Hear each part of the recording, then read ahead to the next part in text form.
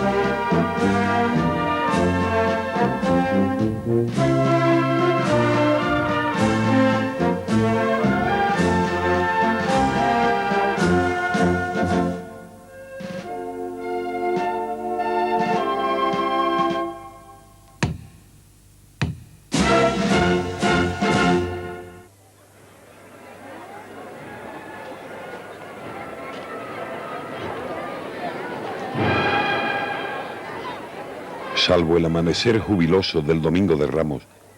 en que Sevilla termina de componer ese gigantesco ramo de 115 flores que son los pasos de su Semana Santa, dispuestos a engalanar sus calles, ningún otro amanecer supera al de la brillantísima jornada del Jueves Santo. El Jueves Santo tiene una magia indescriptible en Sevilla. Su diáfano amanecer anuncia una jornada de 48 horas cofradieras sin interrupción, porque desde que el sevillano se despierta al salir el sol blanco, radiante y eucarístico del Jueves Santo, ya no conciliará el sueño hasta que la esquila tétrica de la Mortaja acalle sus sones allá en los albores del Sábado Santo.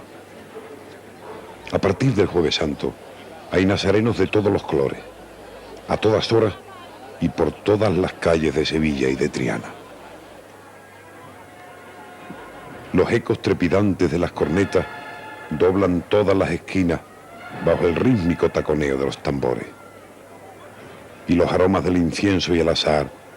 se escapan de esos pomos de filigrana que son las angostas calles de la ciudad perfumada. Esas calles que se ven invadidas por esas misteriosas celosías que forman los encajes de las peinas y las mantillas, que son los bellísimos estuches que guardan el mejor tesoro de Sevilla, sus mujeres. La mujer, como mariposa enlutada, vuela por el dédalo callejero, de templo en templo,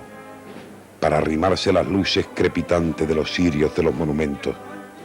y alivar en los millares de claveles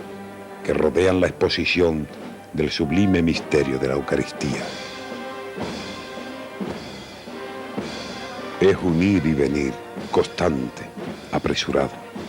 luctuoso aunque festivo, serio pero alegre, de iglesia en iglesia, por una muchedumbre de mujeres cuya belleza destaca entre encajes. Es una hermosura indefinible que solo el pueblo alcanzó a expresarla en una sola palabra, y bien expresiva, por cierto: el mujerío.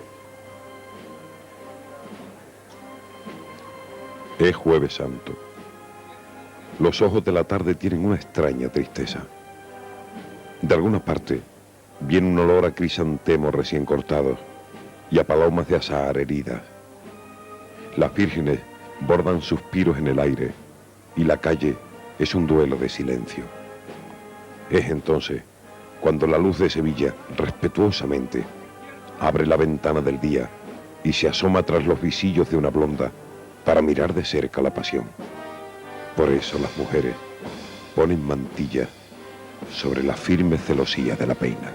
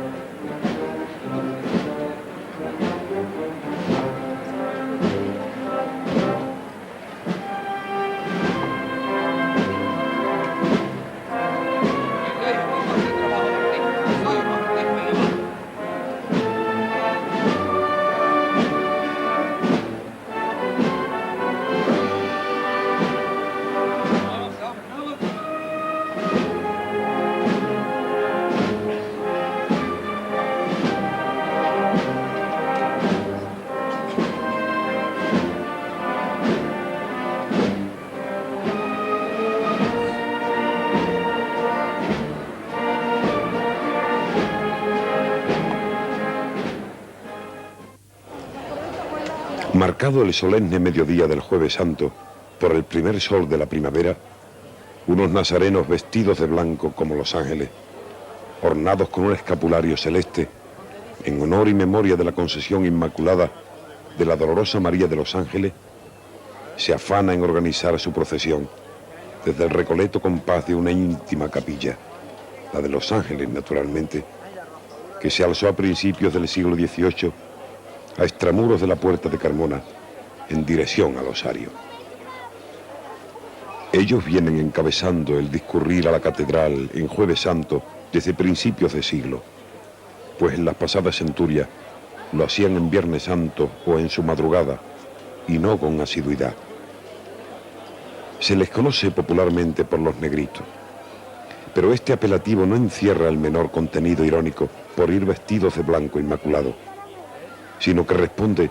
a que realmente es la cofradía de los hombres de color, los negros o morenos,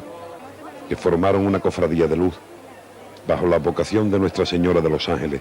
con hospital propio, desde finales del siglo XIV, en 1393, y que a finales del XVI se unió a una cofradía de sangre, también integrada por negros, que residía en la iglesia de San Antón, y desde entonces los negros de los Ángeles están constituidos en hermandad de penitencia. Una hermandad que sufrió muchos avatares por razón del color de la piel de sus hermanos, pues en el siglo XIV estaba formada por esclavos, y estos, para organizar sus cultos, tenían que estar autorizados por sus amos, cosa que no siempre ocurría. Tras el descubrimiento de América y las posturas protectoras de Isabel de Castilla y Fray Bartolomé de las Casas, el trato a los esclavos se suaviza hasta que desaparece la esclavitud. Pero siguen apareciendo focos aislados de xenofobia, provocados por las costumbres exóticas de los negros y su forma de entender la religión, proclive a liturgia propia, cuya aparente heterodoxia era calificada por los puristas de culto a la superstición. Hay curiosos testimonios de vejámenes sufridos por los hermanos de esta cofradía en siglos pasados, e incluso una prohibición de hacer estación a la catedral, dictada por el cardenal Niño de Guevara, aunque todos los demás arzobispos sevillanos honraron a esta hermandad con su abierta protección. El mismo diminutivo con que el pueblo la nombra, los negritos, indica un matiz cariñoso popular hacia nuestros hermanos de piel oscura.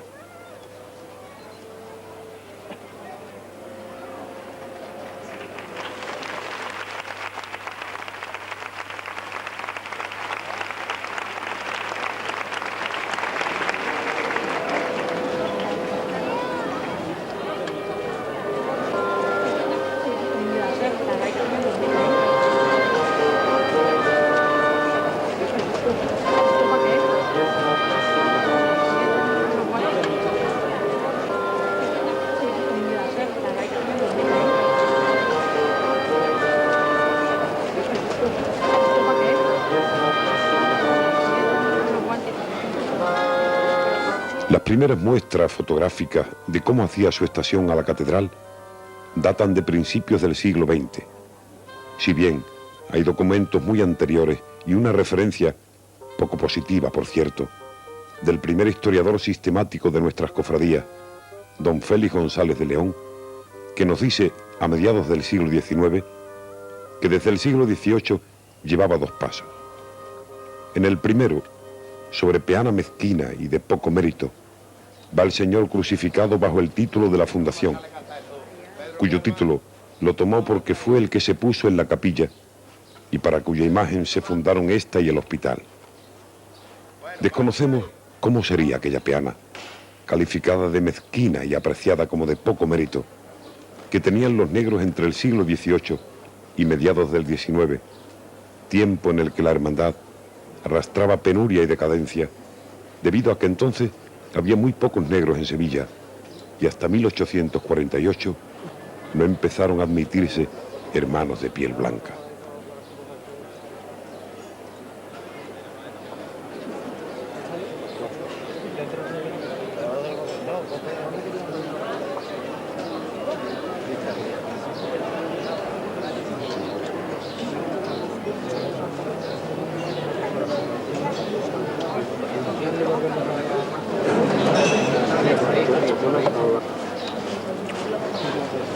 Venga, vamos a echarle a cantar esto. Pedro, mi alma,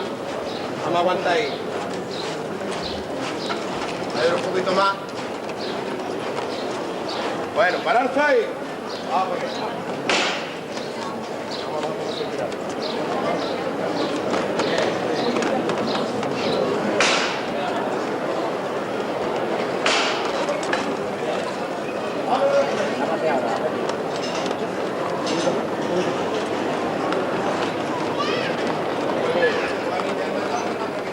Como era usual antaño en las cofradías que encabezaban el paso por la campana, la de los negritos llevaba a principios de siglo, precediendo a su cruz de guía, gastadores y banda de clarines y trompetas de artillería montada. En la Semana Santa de 1913 salió el Cristo de la Fundación por primera vez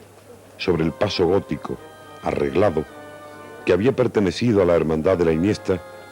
y que estuvo sacando para su misterio alegórico que representaba el triunfo de la Santa Cruz hasta el anterior año de 1912. En este paso, sobre el que procesionaba con una modestia y humildad aún propia de sus tiempos de esclavitud, la edificante imagen de este crucificado, de la que conocemos su autoría y año de ejecución, gracias a que en 1940, al ser restaurada por Sánchez Cid, este halló en el interior de la escultura un pergamino que acreditaba que este Cristo se hizo en Sevilla, año de 1622. Hízolo Andrés de Ocampo, maestro escultor. Como puede comprobarse en esta fotografía, todas datadas entre 1913 y 1919, el Cristo iba acompañado de María Magdalena. La Semana Santa de 1930, la de la Exposición Iberoamericana, fue señalada porque los reyes don Alfonso XIII y doña Victoria Eugenia presenciaron las cofradías sevillanas. Aquí los vemos en varios momentos de la jornada festiva del Jueves Santo que aquí vivieron. Saliendo de la catedral, acompañados por los infantes doña Luisa y don Carlos. De ahí ocuparon el palco presidencial de la Plaza de San Francisco para presenciar por última vez la Semana Santa de Sevilla. De izquierda a derecha, reconozcamos a la duquesa de San Carlos, el rey don Alfonso XIII, la reina doña Victoria Eugenia, la princesa de Battenberg y la infanta Cristina. En el palco, la familia real esperó la llegada de la primera cofradía del Jueves Santo, la de los negritos, en uno de los últimos años que sus nazarenos vestían túnica blanca de cola con cíngulo, antes de incorporar el escapulario celeste, como puede observarse en esta fotografía, en la que se advierte, además de las dos señoras que por entre las filas de los nazarenos pisan marchosa, el pavimento adoquinado, acompañadas de un caballero cubierto, vestido de terno negro, cuello duro y breve chalina. Se advierte, decíamos, que enfrente de los palcos del ayuntamiento Había sillas y no palcos con baranda, como hubo después. Llegó el paso del Cristo de la Fundación a la plaza de San Francisco y al llegar ante la presidencia, esa tarde convertida en palco regio, el capataz hizo girar el paso hasta dejar a la bella imagen del crucificado frente por frente a donde se encontraba la familia real, absorta ante tanta belleza. Observemos que el paso está alumbrado por candelabros y no por los faroles que incorporaría al solemne conjunto formado por el nuevo paso renacentista de Caoba, obra de Salvador Domínguez, cuyos originales faroles y las jarras violeteras de las esquinas le imprimen característico sabor de época.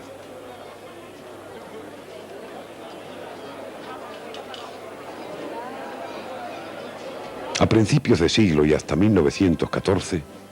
la Virgen de los Ángeles procesionaba en este sencillo paso, sin respiraderos bordados, con palio liso,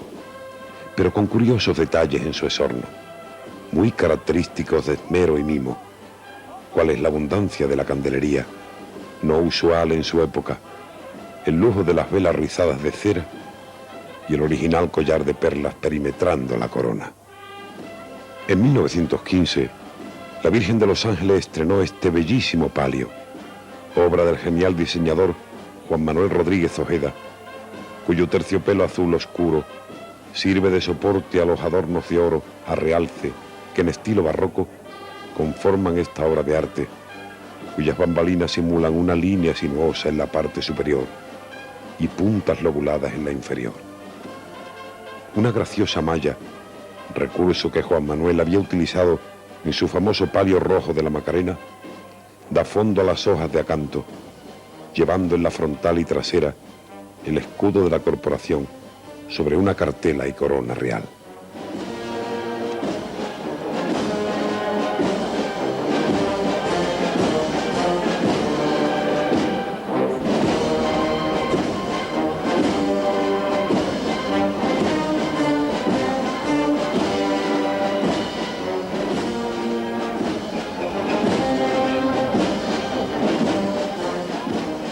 Al año siguiente, 1916, el paso azul de la Virgen de los Ángeles se completaría con el espléndido manto que le confeccionara el propio Rodríguez Ojeda, también en terciopelo azul, ricamente bordado en oro y de estilo barroco, que actualmente viste María Santísima de la Misericordia de Écija. Así como ya es de dominio público el convencimiento de que Juan Manuel Rodríguez Ojeda diseñó la cofradía Macarena, infundiéndole su gracia y estilo propio, lo mismo puede decirse que la cofradía de los Negritos está impregnada de la personalidad de Juan Miguel Sánchez, laureado pintor de mediados del siglo actual y artista polifacético dotado de una exquisita sensibilidad que vertió en distintas obras para esta hermandad.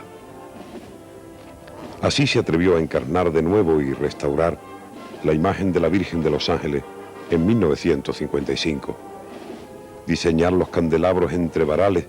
que realizaría Fernando Marmolejo en 1958, dibujar el originalísimo manto que estrenó la Virgen en 1961 y completar su paso de palio como creación personalísima de este artista al diseñar saya para la Virgen en 1962 y el extraordinario palio en 1964 que causa general admiración entre los sevillanos por su originalísimo diseño, junto a unos varales no menos llamativos por su valentía. Juan Miguel Sánchez ha sido el único diseñador cofrade que no se ha dejado llevar por las normas impuestas por Juan Manuel Rodríguez Ojeda en estilo y proporciones, y abandonando el tradicional barroco, más o menos legítimo o menos o más sevillanizado, se vuelca en un primor estilístico no menos abigarrado de superfluidades, usando elementos vegetales ajenos a los tradicionales de la rosa, el laurel, el cardo o el acanto, y encauzando su decoración hacia un sabor orientalista sumamente sugestivo, aparentemente impropio de un paso de palio, al menos de un paso de palio juanmanuelino, como los que el maestro y sus discípulos repitieron por encargo de las hermandades que solicitaban a los artistas que se ciñeran al estilo Juan Manuelino. Ahí está este paso de palio de la Virgen de los Ángeles, demostrando su belleza, se mire desde donde se mire, y confirmando que el saber andar no depende solo de las siluetas de las bambalinas, ni de los cordones de borlas, ni de la finura de los varales. El saber andar, como el saber estar, depende de un todo armónico, que es lo que confiere belleza a toda obra de arte, y sobre todo y por encima de todo, al elemento humano, al corazón, al amor que rebosa de los corazones de los hombres que se clavan en la cerviz, las duras trabajaderas. Ahí está el secreto del saber andar, del ángel del paso y del duende de la Semana Santa de Sevilla.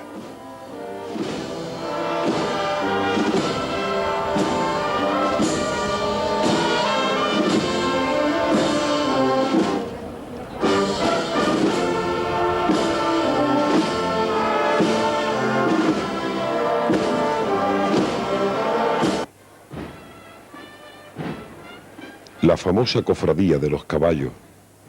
la del paso más largo de Sevilla, que centra su devoción en la conmemoración del acto de la exaltación de Jesús crucificado en el madero sobre el Gólgota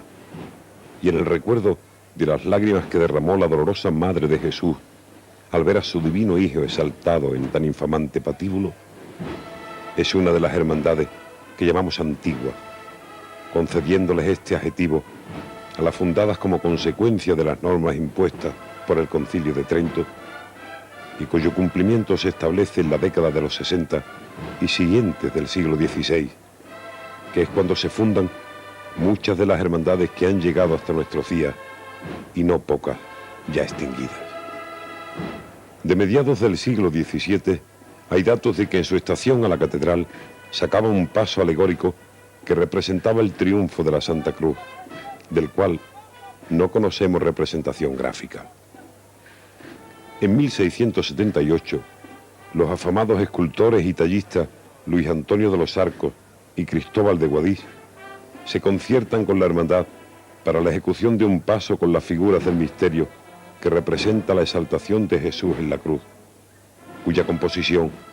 no difiere en lo esencial del que hoy contemplamos, aunque no haya llegado hasta nosotros nada más de la descripción escrita de la figura. 4 años antes, el mismo Luis Antonio de los Arcos se comprometió a hacer un paso guarnecido de plata para la Virgen de las Lágrimas. Y se sabe que a principios del siglo XVIII la hermandad tomó en alquiler un almacén donde guardar sus pasos. Unos pasos que seguimos sin saber cómo eran, igual que el de palio de 1800, en el que la Virgen de las Lágrimas iba acompañada de San Juan y la Magdalena. En 1819,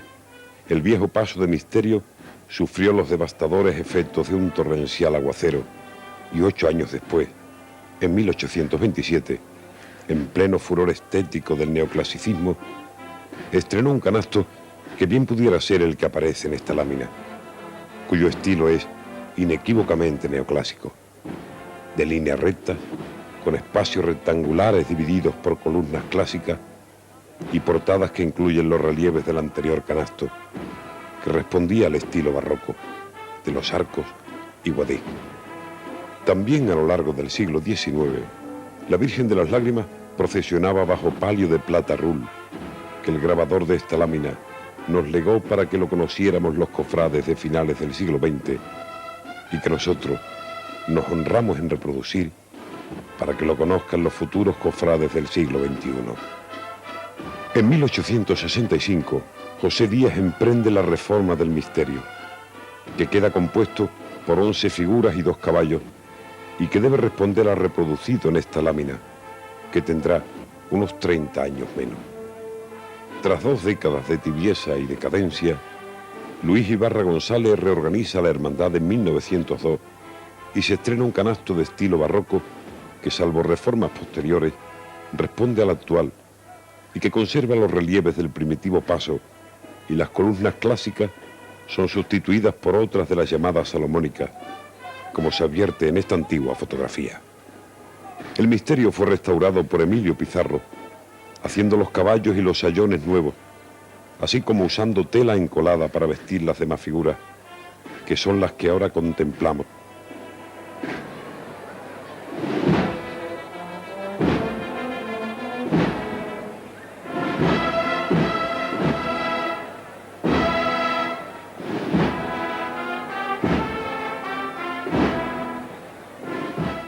Al año siguiente,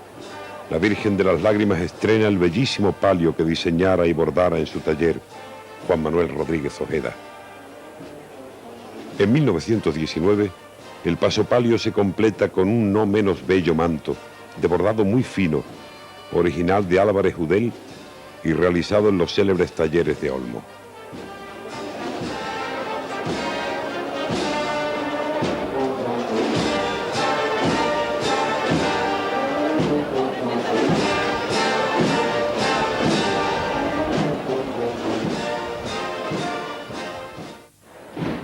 Al igual que vimos en la Hermandad de los Negritos, que la cofradía adquiría acusada personalidad tras las audaces aportaciones de un artista insigne, Juan Miguel Sánchez, podemos afirmar que la Hermandad de la Exaltación actual debe buena parte de su belleza procesional al talento y sensibilidad de otro importante artista polifacético, el profesor Ricardo Comas, que a partir de la mediación del presente siglo emprende importantes reformas en la cofradía, iniciadas nada menos que con la restauración de la Virgen y la atinada reforma del misterio, cuyos mediocres caballos de pizarro, un tanto estáticos e inexpresivos, como figuritas de nacimiento o soldaditos de plomo, son sustituidos por otros debidos a la expresiva gubia del escultor Juan Abascal, briosos, dinámicos y corpulentos, lo que unido a la eficaz restauración de todas las demás figuras, excepto la imagen del Cristo, y su mejor composición en el conjunto escultórico, dio a este misterio, a partir de 1960, la teatralidad y el dinamismo que hoy admiramos. Con el tiempo, Ricardo Comas diseñaría los candelabros de cola, los varales, restauraría la imagen del Cristo y dibujaría la peana de la Virgen.